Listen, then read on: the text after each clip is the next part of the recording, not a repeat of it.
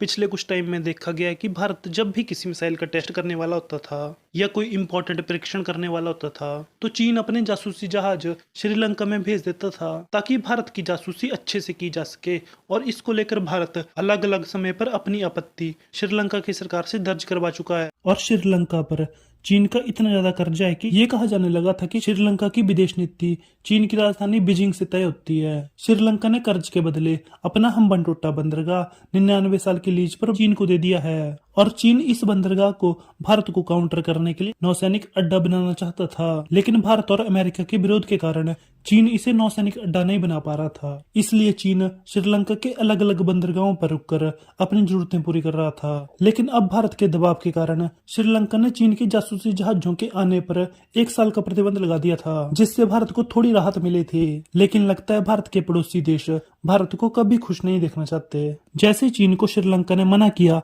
अब खबर आ रही है कि मालदीव की सरकार ने चीन के जासूसी जहाजों को रुकने की परमिशन दे दी है। मतलब जो जहाज अब तक श्रीलंका से भारत की जासूसी करते थे वो जहाज अब मालदीव से भारत की जासूसी करेंगे। जब से मोहम्मद मोइजू मालदीव के राष्ट्रपति बने हैं वो खुल के चीन का पक्ष ले रहे हैं और वो फैसले लेने से भी नहीं डर रहे जो भारत की राष्ट्रीय सुरक्षा को खतरे में डालते हो। हाल ही में मालदीव के राष्ट्रपति चीन के दौरे पर गए थे और मालदीव के राष्ट्रपति चीन के साथ ऐसे समझौते करके आए हैं जिनको गुप्त रखा गया है। इसके बाद मालदीव के विपक्ष ने मालदीव की सरकार पर ऐसे आरोप लगाए हैं कि ये समझौते चीनी सेना की मालदीव में उपस्थिति बढ़ा सकते हैं। यहाँ ध्यान देने वाली बात यह है कि ये आरोप भारत की तरफ से नहीं लगे हैं, ये आरोप लगे हैं मालदीव के विपक्ष की तरफ से। भारत के लिए खतरे की बात यह है कि श्रीलंका के हम्बनटोटा बंदरगाह की तरह मालदीव का एक द्वीप चीन को 50 सालों के लिए लीज पर दे दिया है। मालदीव ने इसके बदले चीन से $4 करोड़ लिए हैं और इस द्वीप के जरिए चीन मालदीव में अपना नौसैनिक अड्डा बनाना चाहता है।